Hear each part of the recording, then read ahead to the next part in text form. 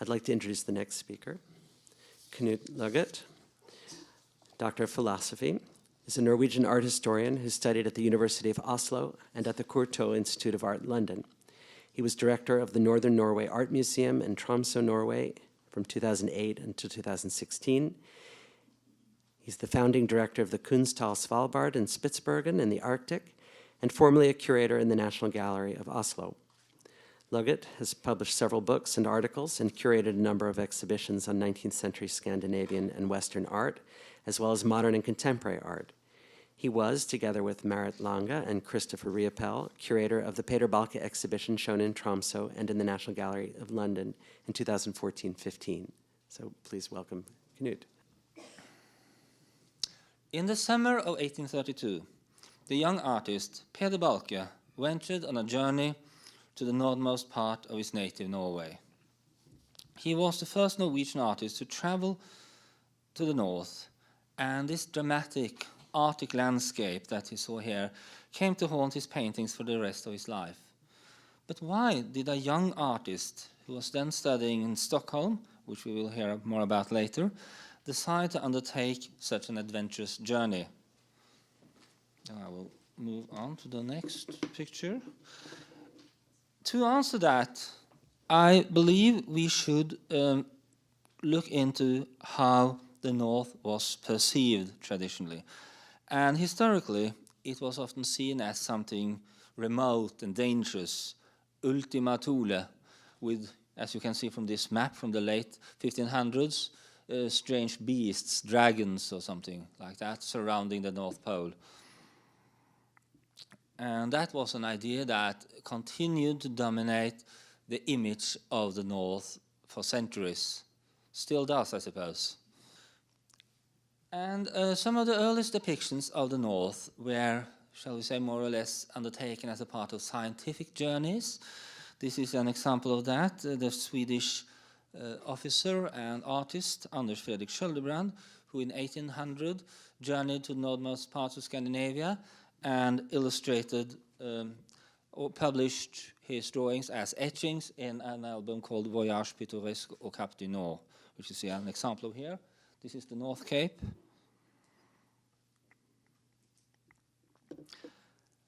And of course we must move on to Balke's period, the Romantic period, and how was the North perceived then? And of course the image of the North as something dramatic or sublime, a concept I will return to later, was continuing to dominate this image. And we can see that also from Romantic literature. Let's take one example, Charlotte Bronte's Jane Eyre from 1847, where the protagonist fantasizes about the coast of Norway studded with isles from its southern extremities from Lindesnes or Naas to the North Cape. And she continues, nor could I pass unnoticed the suggestion of bleak shores of Lapland, Siberia, Spitsbergen, Nova Zembla, Iceland, Greenland, with the vast sweep of the Arctic zone and those forlorn regions of dreary space. Of these death-white realms I form an idea of my own, shadowy like all of that half-comprehend notions that float dim through children's brain, but strangely impressive. So this is how one conceived the North. And also, let me remind you that the opening scene of Mary Shelley's Gothic novel Frankenstein from 1819 also opens in the Arctic Sea surrounded by ice. This is where the monster first appears, very fittingly.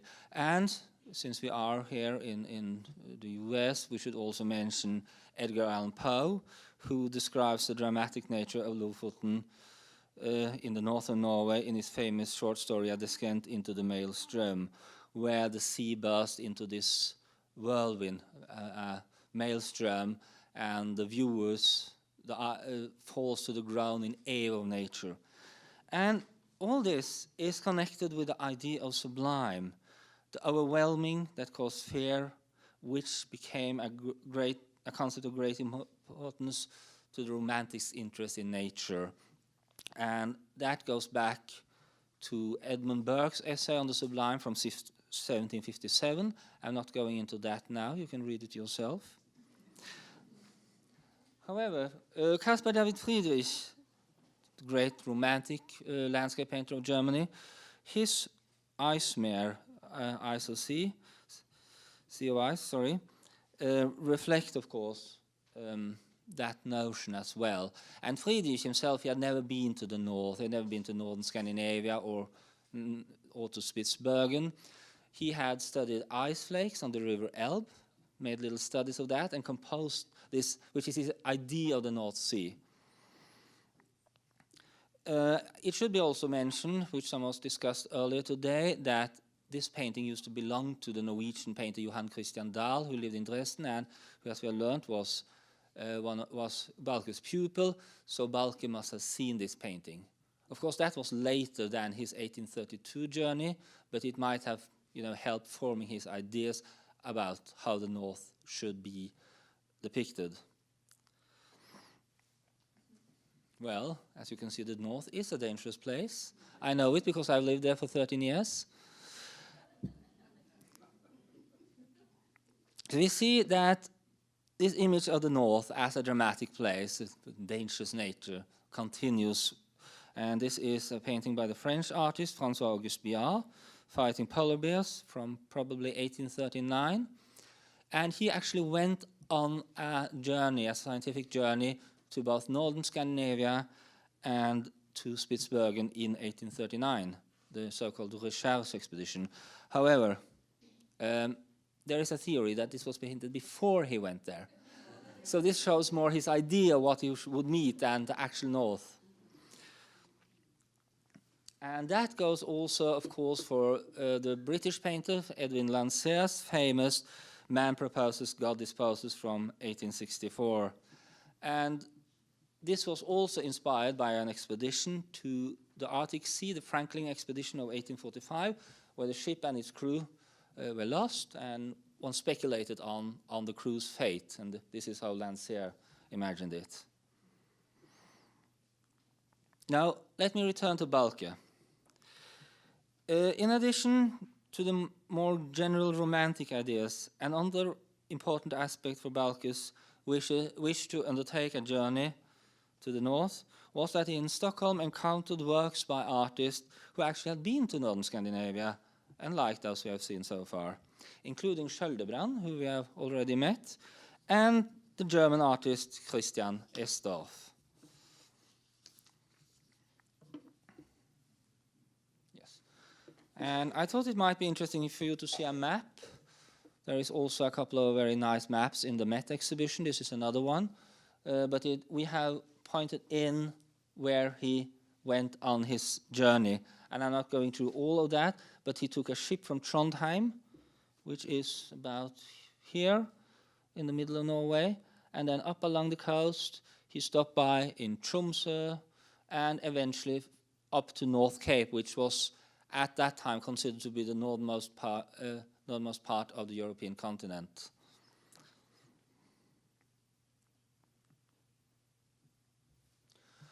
Now, the sketches from Balke's journey are few and rare. So it is correct, as Asher pointed out, that his landscapes from the north are essentially landscapes of memory more than topographical landscapes. But this is one rare example of a sketch probably from the 1832 journey, a pencil drawing from the Vardøhus fortress. How are we for time, Ed? Will you give me a wave, or will somebody give me a wave when it's starting to get late?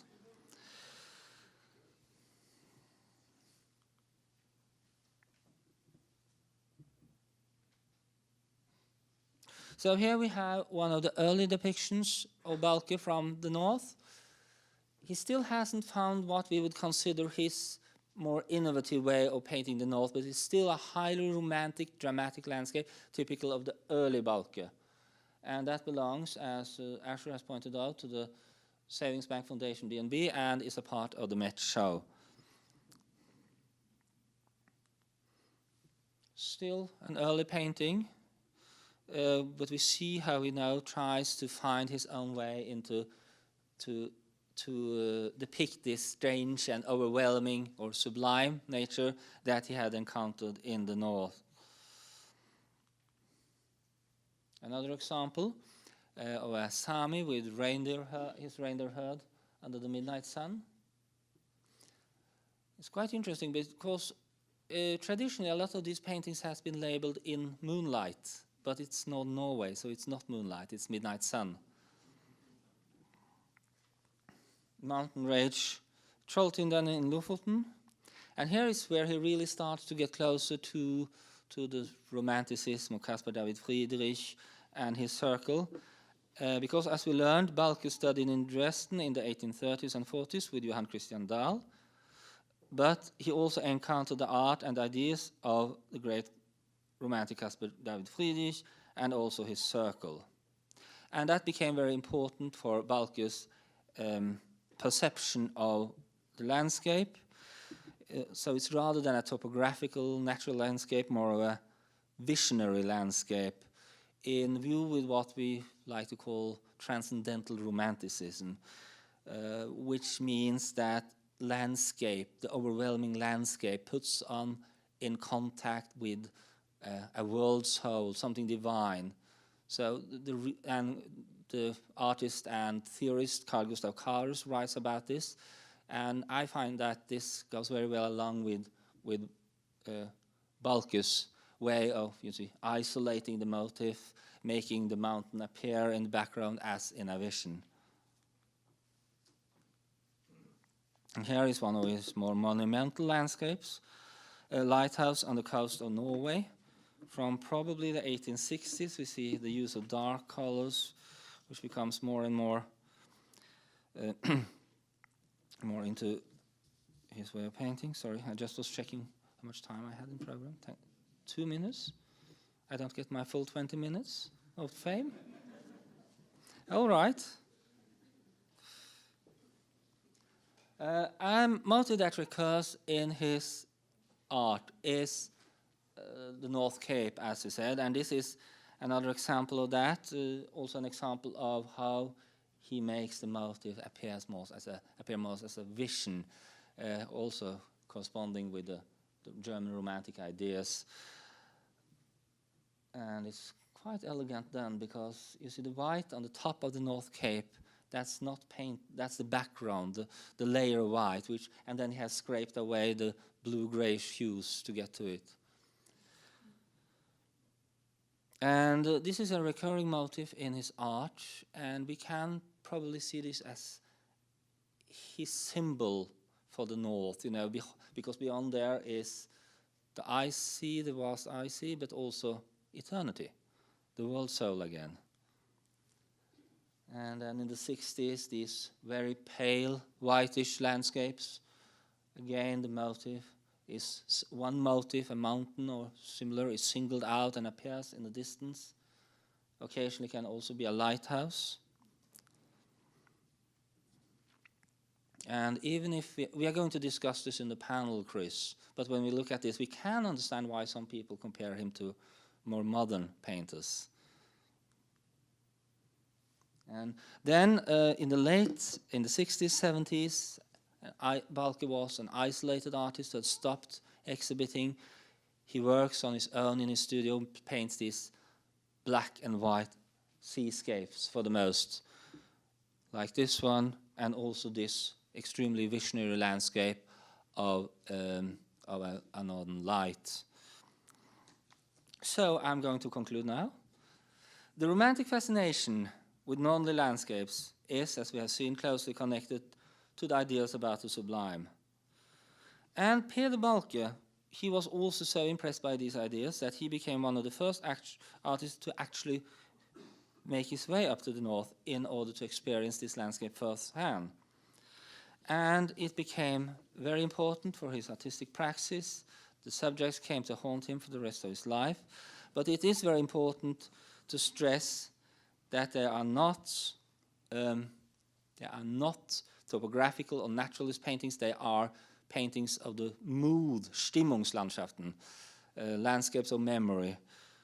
And he also singles out a few motifs that occur again and again, like the Northern Lights, the Midnight Sun, but also certain mountains like North Cape and Stertind. And this landscape overwhelmed him so much that he had to find a way of expressing it. I'm sure that my friend and colleague Marit Lange will talk more about that later. But so this technique that we now associate with him, which is sort of inspired by what he encountered in Dresden, but he takes it much farther. That's something he had to do to express these ideas about this overwhelming nature. So I'm sorry my talk wasn't very theoretical. It was more about the landscape and the ideas surrounding how we came to depict them. Thank you very much for your attention.